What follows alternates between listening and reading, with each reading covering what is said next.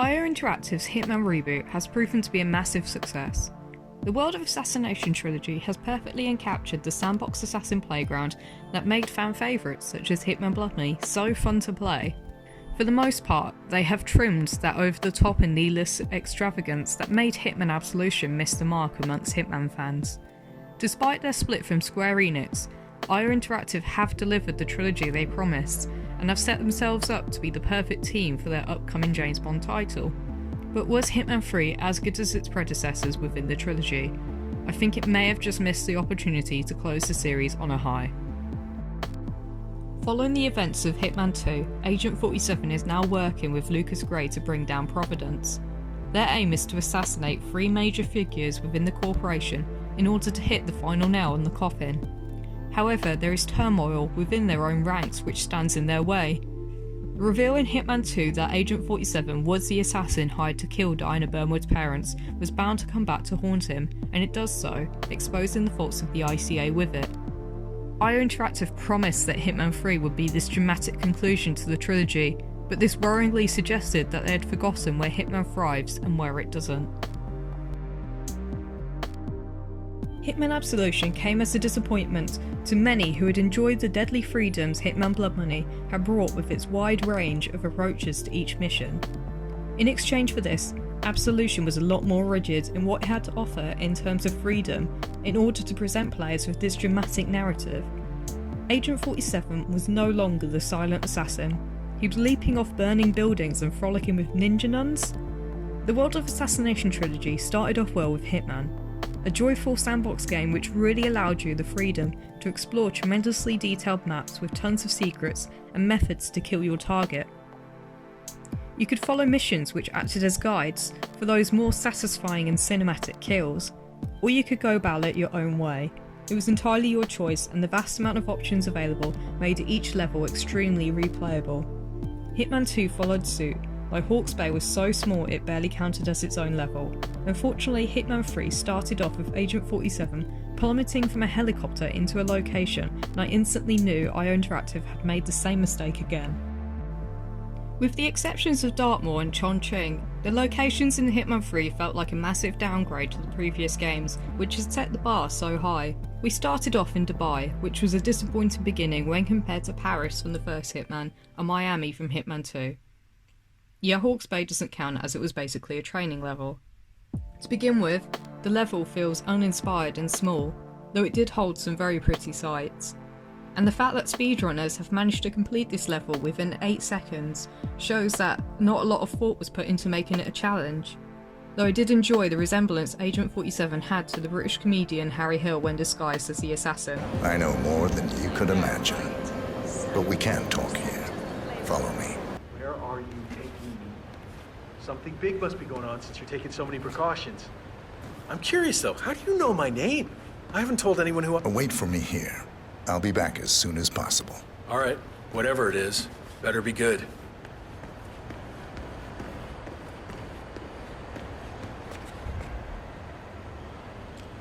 What? Hey, the trash can has been invented. You should walk up straight. It's important to keep a proper upper body posture if you don't want to mess up your bag. Why are you doing this? The second location was Dartmoor, which was massively designed. This mission follows a whodunit murder scenario after the recently announced dead Alexa Carlyle turns out to be alive after she turns up at her ancestral home of Thornbridge Manor, but something else has happened. Her younger brother has seemingly died by suicide, though Alexa believes otherwise and has hired a private detective to rule out foul play. Dartmoor has everything, and it allows you to undertake your own investigation into Zachary Carlyle's death. There's also hidden passages and family drama that slowly unfolds as you explore the mansion.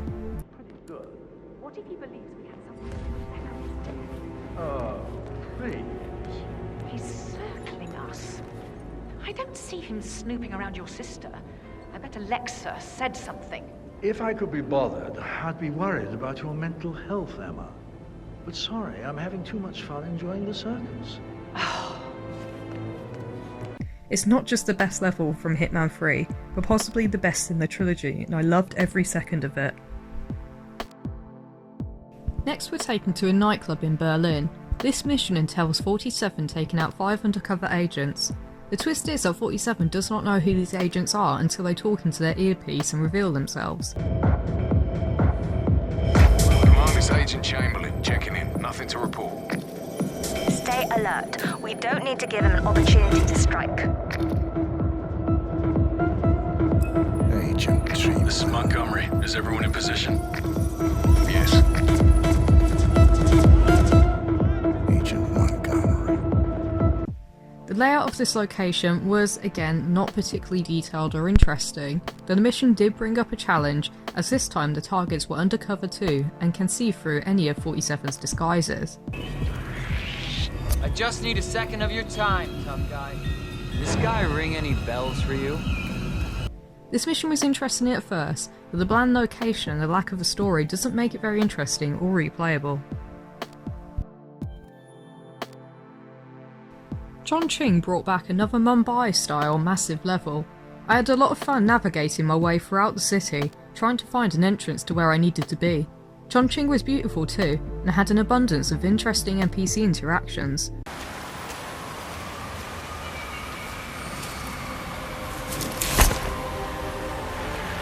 Have you seen a girl around? Short hair with a bright green bag? Sorry. Shit. She said she'd meet me here. She's probably running late. Yeah. She used to be really reliable. When we were at school, she was my rock. She always let me copy her notes. She would never have kept me waiting like this. Sometimes it feels like she's changed. People change. It's stupid, but I'm kind of scared she's outgrowing me. Like maybe she's changing, but I'm just staying the same. I'm just, I don't know, dead weight. She agreed to meet you in the middle of the night, in the rain. No one does that if they don't care. I guess that's true. Oh, I feel like kind of an asshole for asking her out now. She's probably ruining her shoes in this weather, just so we can get drinks. Maybe you can pick up the tab. That's a good idea. I took my time working through this mission in order to appreciate its design and hidden details. I was disappointed when I realised the 5th mission, a vineyard in Mendoza, was not a homage to the 2nd level in Hitman Blood Money, which would have been the perfect opportunity to revisit a fan favourite level. Despite this, Mendoza was fairly enjoyable, especially with its large abundance of flower beds to push unsuspecting victims into. On top of this, Diana Burnwood herself was present within this location, and I found it humorous that IO Interactive had to give its famously sadistic players instructions not to kill her. Finally, Hitman 3 finished on a train in the Carpathian Mountains, the worst level to have graced this trilogy yet. I cannot describe enough how bored I was moving from one end of the train to the other, limited in ways I could creatively approach the situation. This level wants you to work your way around each presented challenge in a certain way, obviously utilising all the tricks you should have learnt throughout the trilogy. But it just felt so rushed and dull, and once again falling into the absolution trap by opting for stylish cinematics and action rather than what Hitman players truly love, and that's freedom. This level could have been the best opportunity to finish the trilogy on a high, with another incredibly detailed and beautiful location. IO Interactive missed the mark so much here that it completely dropped my overall review of Hitman 3 by a mile. With only 6 levels to offer, wasting one on such a straightforward, quite literally, and uncreative level was a huge letdown and had a negative impact on my opinion of the whole game. Not much has changed in terms of gameplay in Hitman 3 since Hitman 2, though this does match IO's plan of having the trilogy act as one large game once you've imported them all over to Hitman 3. IO Interactive have added a camera as a new starting tool. This camera not only allows you to take pictures of codes hidden around the map for later use, but it can also be used to hack open electronic locks. Shortcuts have also been introduced. These are ladders or doors which can be unlocked from one way. They are a welcome addition as they simplify your exit from the location once your target has been eliminated. On top of this, it further utilises Hitman's replayability, as these shortcuts will remain unlocked when you replay the level, allowing you to work your way around the map in new ways each time. As the idea was always for this trilogy to become one big game, the graphics for Hitman 3 aren't a significant improvement to its predecessor. However, IO Interactive have made some subtle lighting improvements and sharpened the image quality. These changes will also affect Hitman and Hitman 2 if you have these imported over to Hitman 3. The greatest changes come with Agent 47's model, as his face has been made to look younger and his eyes have become more piercing. Although this isn't a major change, I felt his model from Hitman 2 just looked a bit better, and he now looks too young for David Bateson's voice. On top of that, his eyes now look incredibly unnatural during cutscenes, and his younger complexion also takes away some of the detailing to his face, which makes him look, well, plastic. And now the graphics look worse overall during cutscenes. Despite this, there have been some really good improvements to cutscenes since Hitman 2. Hitman featured impressively animated cutscenes, which were great for the storytelling. However, Hitman 2 didn't have this. Instead, they were presented as these weird still images, almost like concept art, where these unmoving models would have conversations with each other whilst their mouths remained closed. So where is it? That's the catch. The report is redacted, no names, no location. These were incredibly distracting and made it really difficult to work out what was going on during each scene. Although IO Interactive have never explained why they went down this route, it can be assumed that it was due to the significant downsizing of their company after they went independent. Hitman 3 brings back moving cutscenes, only this time they are done through the game's engine. And although they are not as impressive as Hitman's CGI cutscenes, they are definitely an improvement to the confusion that came with Hitman 2's artistic take on storytelling. Although Hitman 3 is as fun to play as ever for the most part, I do have to admit that the AI for the NPCs just could be better. Hitman 3 really pushes what you can get away with in terms of disguises. From the person who just spoke to the man you're undercover as, not noticing he's now bald, has a different voice and a barcode on the back of his head. Please, behave. Sir, I understand, but you can't enter without being searched. It's standard procedure. This is ridiculous. Well, that's how it is. Think about it, and come back if you want. Oh, Mr. Kazim. I'm glad you changed your mind. Arrogance can be a dangerous trait. Yes, indeed, it can. To Alexa Carlisle, not even being able to recognise her own solicitor has now changed appearance minutes after she last saw him. You really don't have a clue, do you? I'm talking about that weasel Arthur Edwards. Can we get back what he stole from me? So far, it looks like we can't. All the transfers of funds and privileges I've been through have been bulletproof. What's the verdict, Mr. Ford? Undoubtedly, some of my assets must be safe. No, everything is gone. Thornbridge Manor, surely. That too.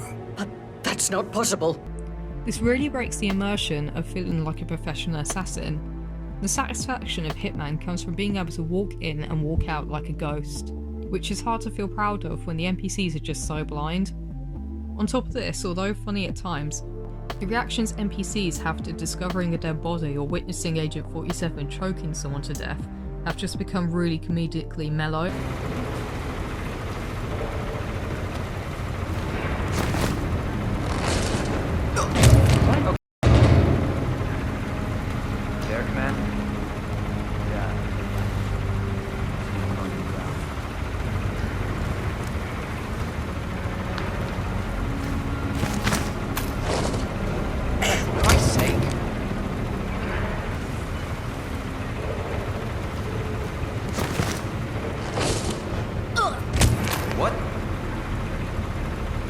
There, Command. Yeah, it looks like an accident. Over. And then, in other situations, they would just shoot you on sight for standing near them too long.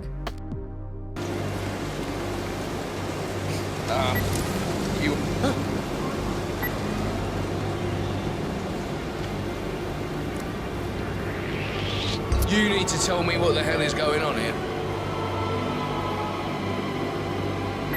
I'm getting really fed up with you. That's enough. I've had it up to here.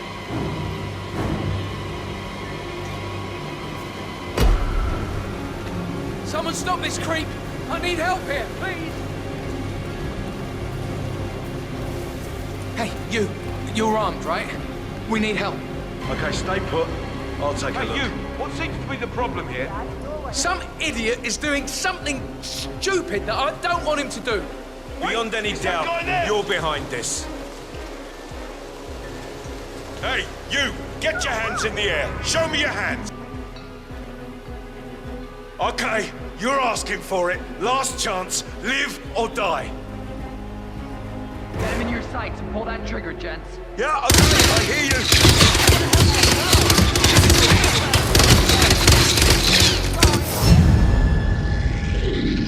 It's been 4 years since the release of Hitman, so it is disappointing to see that NPC's behaviour hasn't improved much in Hitman 3. Despite how fun it can be at times, Hitman 3 is definitely not as good as its predecessors. Although IO Interactive have made a fantastic reboot trilogy, the final instalment was disappointing in its finale and failed to deliver a captivating storyline that didn't just feel like recycled material from the old series. Despite this, Hitman has never thrived off its storylines and works better when simplified in exchange for creative gameplay. This is why the first installment of this trilogy was a near-perfect Hitman game, as it was majorly focused on introducing players to the gameplay and a new Hitman world, rather than an action-packed storyline. Hitman 3 unfortunately did not understand this and opted for the latter. As a result, it made the same mistakes Hitman Absolution made, though this time without the new take on the series to at least keep it interesting. And as the final blow, not even did the gameplay live up to the expectations, as the final mission was so poor that my last impression of the game was of boredom and unsatisfaction. Because of this, I would have to cautiously recommend Hitman 3 to those who just want to complete the trilogy.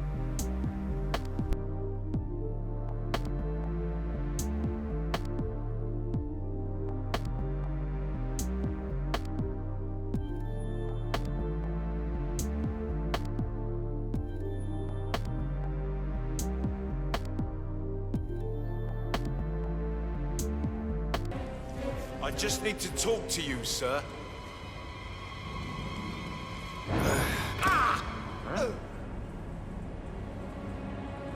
Looks like we have a serious incident here. Guys, better call this one in and bag that poor bastard.